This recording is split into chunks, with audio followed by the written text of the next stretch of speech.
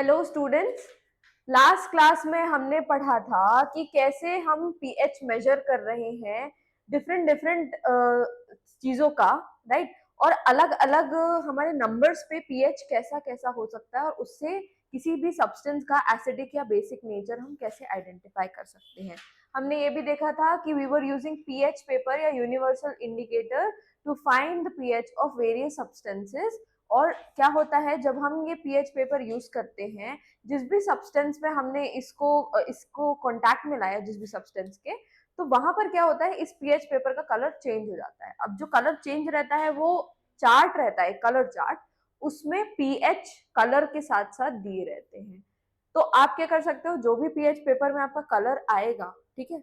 अब क्या रहता है, एक बात और, कि पीएच पेपर जब आपका फ्रेशली, मतलब आपने जिस भी सब्सटेंस के कांटेक्ट में लाया, कलर चेंज हुआ, तो जब कलर चेंज एकदम फ्रेश रहे, इट इज सजेस्टेड कि आप उसी समय उसे कलर चार्ट से अपना देख लो कि आपका जो भी पीएच है क्या है।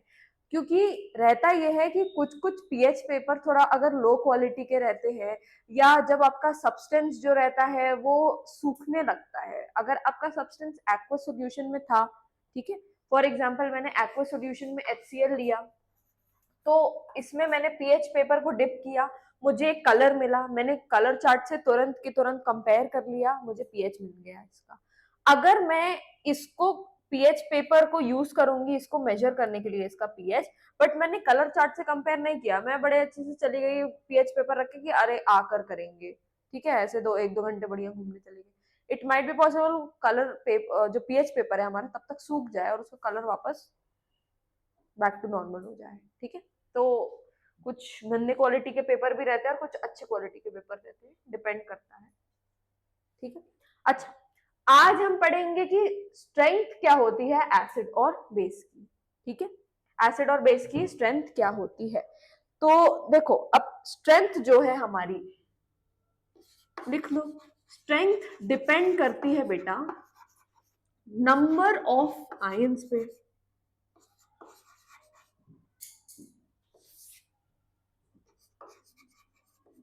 किस पे? नंबर ऑफ आयंस पे, ठीक है। जब भी हम कोई एसिड या बेस को मिला रहे हैं पानी में, तो जितने भी हमारे आयंस प्रोड्यूस हुए, आयंस प्रोड्यूस्ड इन वाटर, ठीक है, जितने भी हमारे पानी में आयंस प्रोड्यूस हुए वो क्या बताएंगे हमें, हमें बताएंगे कि एसिड या बेस की कितनी ज्यादा स्ट्रेंथ है। अगर ज्यादा नंबर प्रोड्यूस हुए आयंस के तो स्ट्रेंथ ज्यादा रहेगी, अगर कम नंबर प्रोड्यूस हुए आयंस के तो स्ट्रेंथ क्या रहेगी, कम रहेगी।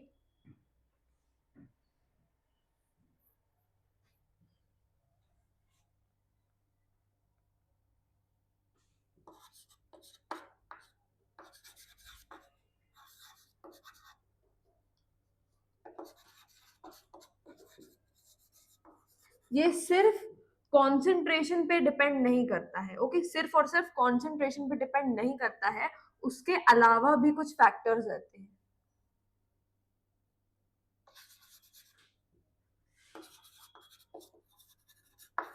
कॉन्सेंट्रेशन हमें क्या बता रहा था बेटा, हमें एक यूनिट वॉल्यूम में नंबर ऑफ आयंस बता रहा था, वो मैंने बॉक्स डायग्राम से आपको एक्सप्लेन किया था, याद है।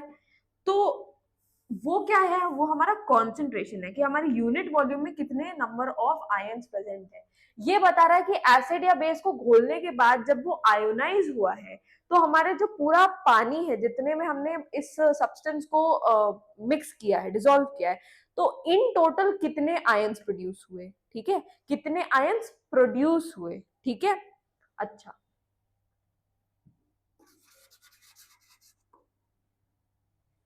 अब हम आते हैं स्ट्रॉन्ग एसिड्स के ऊपर।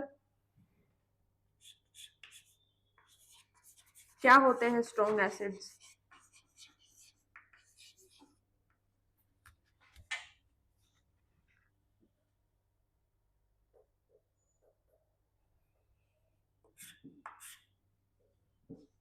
तो हमारे जो स्ट्रॉन्ग एसिड होते हैं, they produce more H+ ion, ठीक है, प्रोड्यूस मोर H+ आयंस।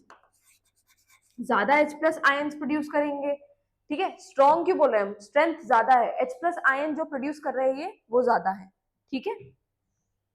अच्छा, कुछ एग्जाम्पल्स अगर बात की जाए तो HCl हो गया हमारा, H2SO4, ठीक है, हाइड्रोक्लोरिक एसिड हो गया, सल्फ्यूरिक एसिड हो गया, नाइट्रिक एसिड HNO3, ठीक है।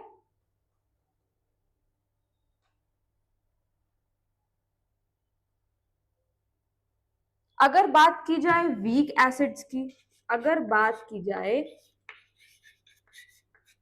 वीक एसिड्स की,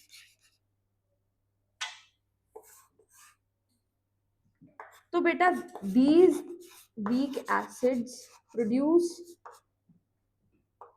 fewer H plus ions, कम H plus ions प्रोड्यूस करते हैं ये जो वीक एसिड्स है हमारे, ठीक है। एग्जाम्पल के तौर पे आप ले लो एसिटिक एसिड CH3COOH, ठीक है।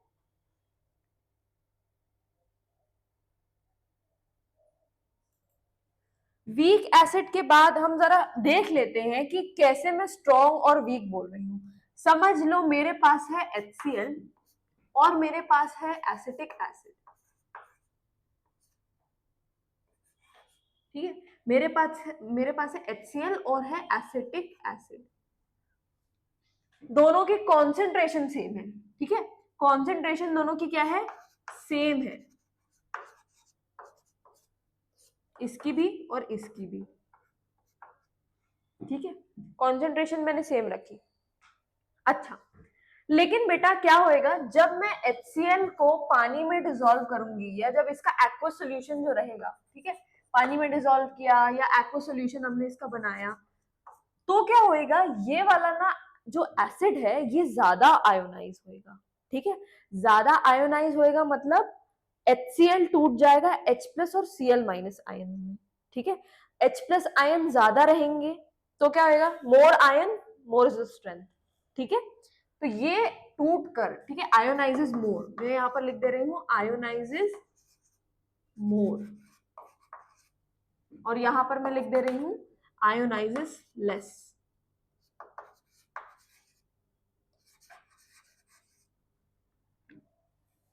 ठीक है। Ionises more, ionises less, produces more H plus,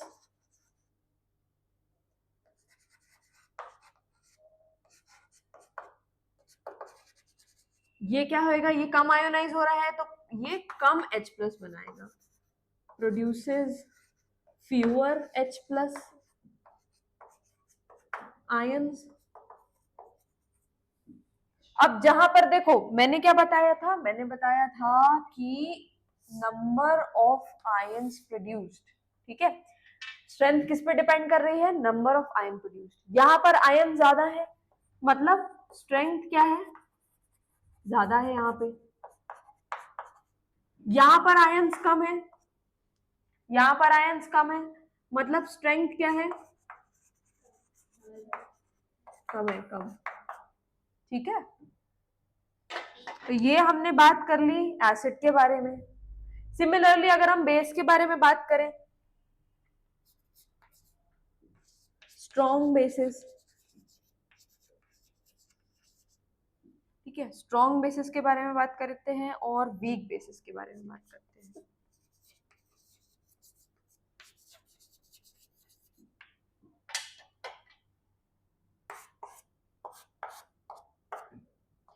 strong bases ज्यादा हाइड्रोक्सिल आयन प्रोड्यूस करेंगे, produce more OH negative ions, ठीक है।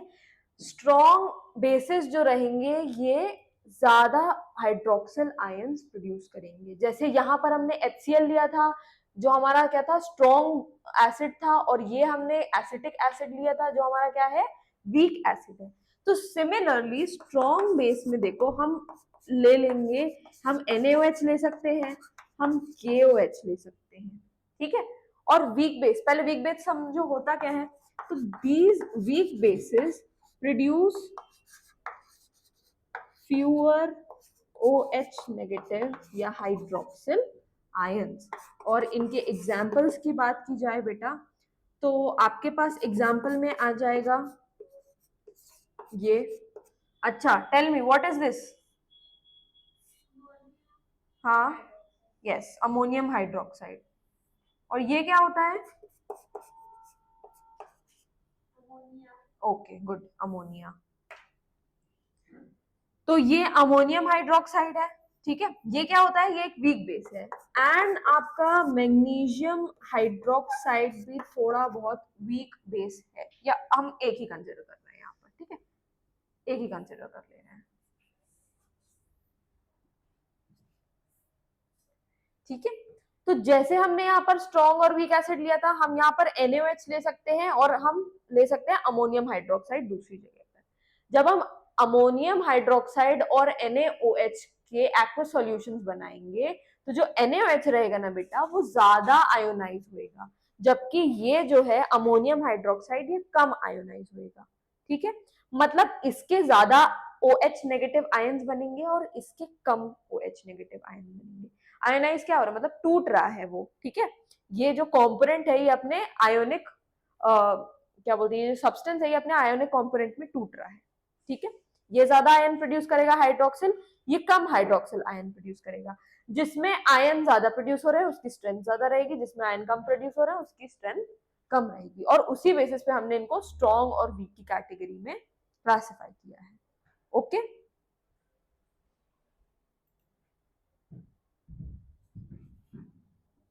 यहाँ पर मैंने आयंस लिखा है।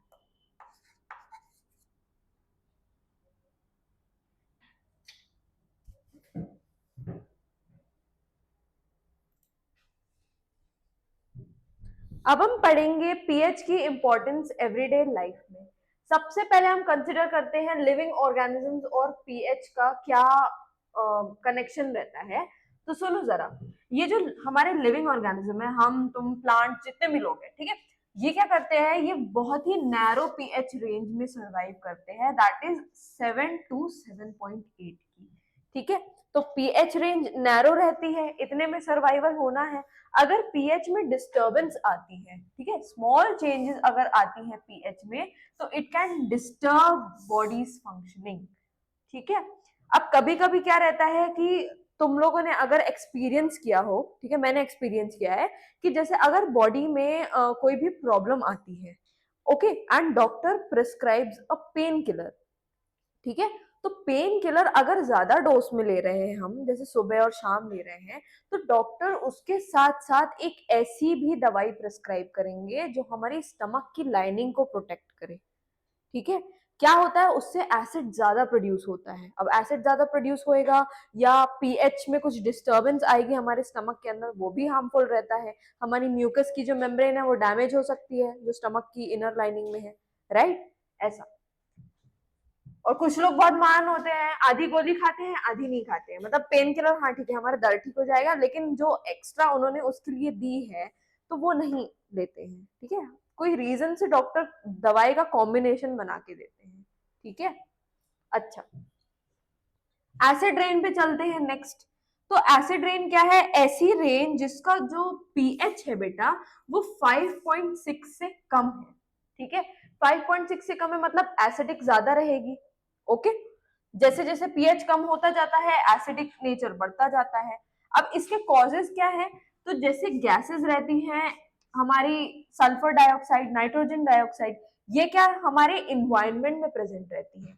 हमारे जितने भी व्हीकल हैं वो पोल्यूशन कॉज करते हैं, सल्फर डाइऑक्साइड, नाइट्रोजन डाइऑक्साइड, ये सब फैक्ट्री से जितना भी हमारा स्मोक आता है उसमें भी हमारे इन्वायरमेंट को कंटेमिनेट करके रखी है इन्होंने। तो ये क्या, ये जो गैसेस रहती हैं ये रेन वाटर में डिसॉल्व हो जाती हैं और एसिड्स बना देती हैं। क्या? जैसे ये सल्फर डाइऑक्साइड जो है, it can make sulphuric acid, nitrogen dioxide nitric acid बना सकता है, ठीक है।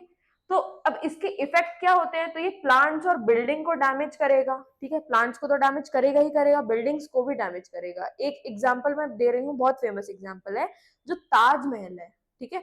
इट हैज नोटिस कि वो धीरे धीरे येलो होता जा रहा है, पहले वो व्हाइट था एकदम, अब धीरे धीरे ताजमहल येलो होता जा रहा है। क्यों? क्योंकि जहाँ ताजमहल है उसके आजू बाजू ना बहुत सारी फैक्ट्रीज थी एक टाइम पे, उसको हम कहते थे ताज ट्रेपेजियम।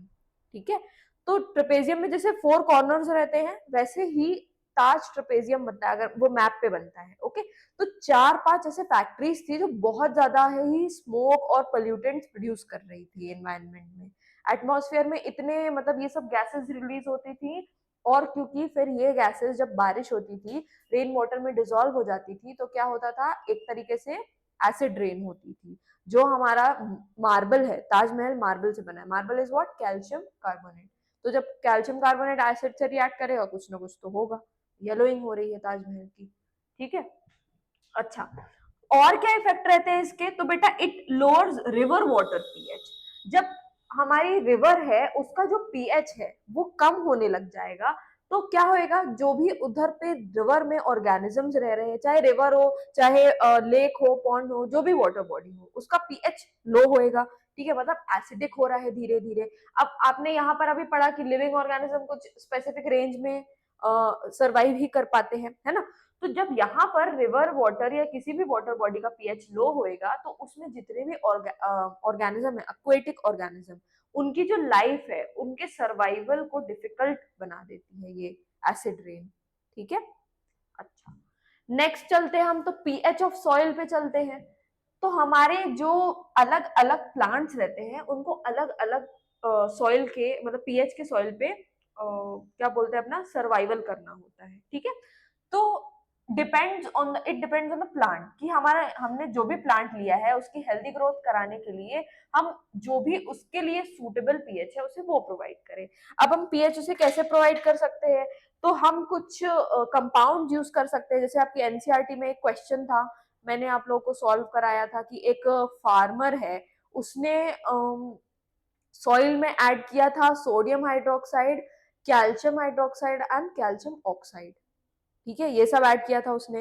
तो पूछा कि सॉइल का नेचर क्या है, वो देखो बेसिस ऐड कर रहा है वो, तो सॉइल का नेचर क्या होगा, एसिडिक। तो वो एसिडिक सॉइल में बेसिक चीजें ऐड करके उसको क्या कर रहा है, न्यूट्रलाइज कर रहा है।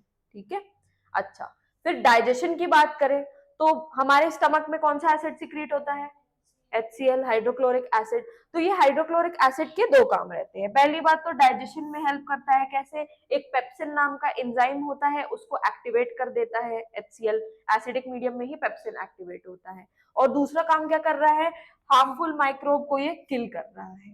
ठीक है, जब इनडाइजेशन होता है, अब इनडाइजेशन कुछ कारण से हो सकता है, कैसे, बहुत ज्यादा खाना खा लिया, ओवर ईटिंग कर ली।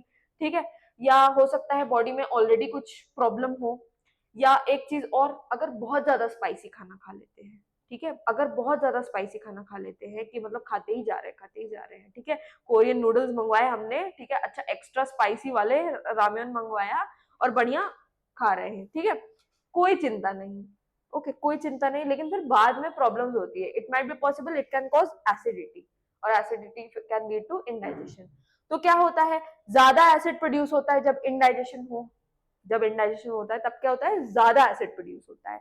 उससे क्या होता है, ये पेन कॉज करता है, बर्निंग सेंसेशन कॉज करता है। भाई एसिड जब इनर लाइनिंग के कांटेक्ट में आएगा तो बर्निंग सेंसेशन प्रोड्यूस होएगी, है ना, और इरिटेशन भी होती है हमें उससे। अब इसका ट्रीटमेंट क्या हो सकता है, हम एंटासिड्स यूज कर सकते हैं, जैसे कि मिल्क ऑफ मैग्नीशिया।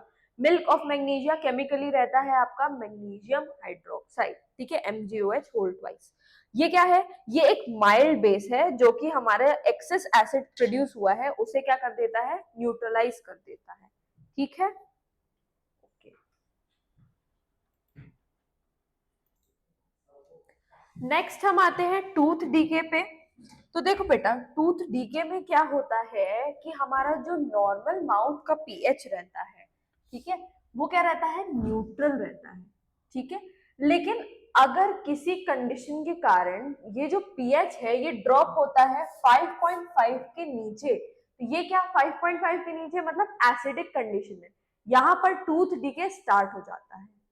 तो क्या होता है, देखो जरा, ये जो हमारे टूथ का इनामल रहता है, जो आपके टीथ के सबसे बाहर की वाइट सरफेस रहती है, जो कभी कभी येलो भी पड़ जाती है अगर आप ढंग से ब्रश वगैरह ना करो या प्लाक का फॉर्मेशन हो जाए, प्लाक डिपोजिशन हो जाए, तो ये जो इनेमल रहती है ना बेटा, ये बनी रहती है कैल्शियम हाइड्रोक्सी एपेटाइट से।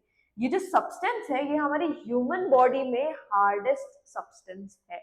ओके, तो if people like if some people in their religion bury a dead body, या if they incinerate that dead body, तो क्या होता है इंसिनरेशन के बाद बोन्स जो है वो भी डिकम्पोज हो जाती हैं, जल जाती हैं, थोड़ी सी बचती हैं, बट जो टूथ है वो वैसे के ही वैसे रहते हैं। बारियल में क्या होता है, बोन्स और टीथ दोनों इंटैक्ट रहते हैं। ठीक है, अच्छा, तो ये हार्डेस्ट सब्सटेंस है ह्यूमन बॉडी का। लेकिन क्या होता है इस हार्डेस्ट सब्सटेंस को, ये डिसॉल्व होने लगता है जब कंडीशन एसिडिक हो जाती है, जब पीएच 5.5 के नीचे चला जाता है। तो what is the prevention for this? तो पहली बात तो आप अपने टीथ ब्रश करें ट्वाइस अ डे या आफ्टर द मील्स। ओके, और क्या, जो फूड पार्टिकल्स रहते हैं, यूजुअली कुछ लोग सजेस्ट करते हैं कि फ्लॉस यूज करें, डेंटल फ्लॉस यूज करें, तो you can use that, but proper brushing से भी फूड पार्टिकल जो रहते हैं वो रिमूव हो जाते हैं। इनकेस अगर नहीं होते, you can use a dental floss. और क्या, हम जो टूथपेस्ट यूज करें तो उसमें पीछे इंग्रेडिएंट्स लिखे रहते हैं। तो if you find a base over there, ठीक है, यूजुअली टूथपेस्ट जो रहते हैं वो कैसे रहते हैं, बेसिक रहते हैं नेचर में।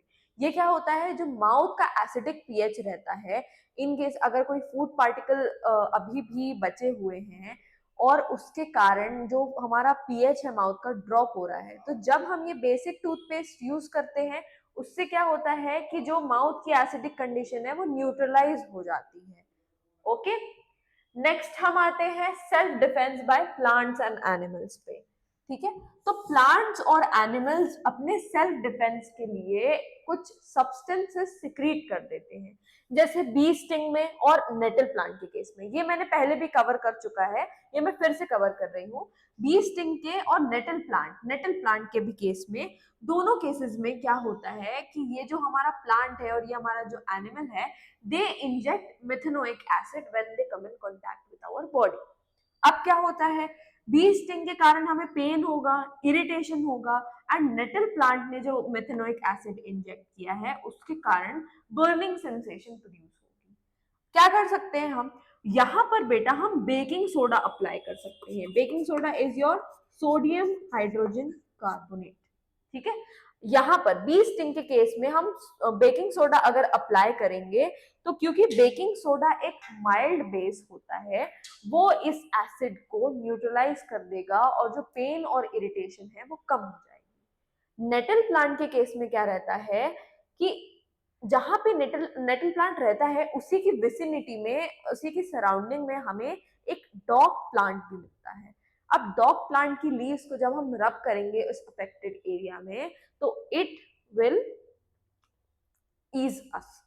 ठीक है, ये हमें अपने क्या बोलते हैं, ये बर्निंग सेंसेशन से छुटकारा देगा। क्यों? क्योंकि जो हमारे डॉग प्लांट की लीफ रहती है उसमें कोई ऐसा बेसिक सब्सटेंस रहता है। जैसे नेटल प्लांट में एसिडिक सब्सटेंस रहता है, वैसे डॉग प्लांट में बेसिक सब्सटेंस रहता है that would neutralize the acidic effect of the nettle plant. तो आज की क्लास यहीं तक। आई होप आप लोग रिवाइज कर रहे हैं, पिछला पूरा जितना भी हो चुका है, क्वेश्चन सॉल्व करो, इंटेक्स क्वेश्चन सॉल्व करो, चैप्टर एंड एक्सरसाइजेस सॉल्व करो जहां तक अभी हमने कवर किया है। नेक्स्ट क्लास में हम सॉल्ट्स के बारे में पढ़ेंगे कि सॉल्ट्स कैसे बनते हैं, किस किस टाइप्स के होते हैं, कौन सी फैमिली में बिलोंग करते हैं, सॉल्ट्स का नेचर कैसा होता है, क्या सारे सॉल्ट्स न्यूट्रल रहते हैं या कुछ सॉल्ट का नेचर एसिडिक या बेसिक भी हो सकता है। ये हम सब डिस्कवर करेंगे और हम कुछ कुछ कंपाउंड्स के बारे में डिटेल में स्टडी करेंगे। कुछ सॉल्ट्स हैं हमारे जो हमारी एनसीईआरटी में दिए हुए हैं, हम उनकी डिटेल स्टडी करेंगे, अच्छे से हम सारे टॉपिक को डाइसेक्ट कर लेंगे ताकि आपकी प्रिपरेशन में कुछ भी ना छूटे। तो बाय बाय, पढ़ते रहना, मस्ती करते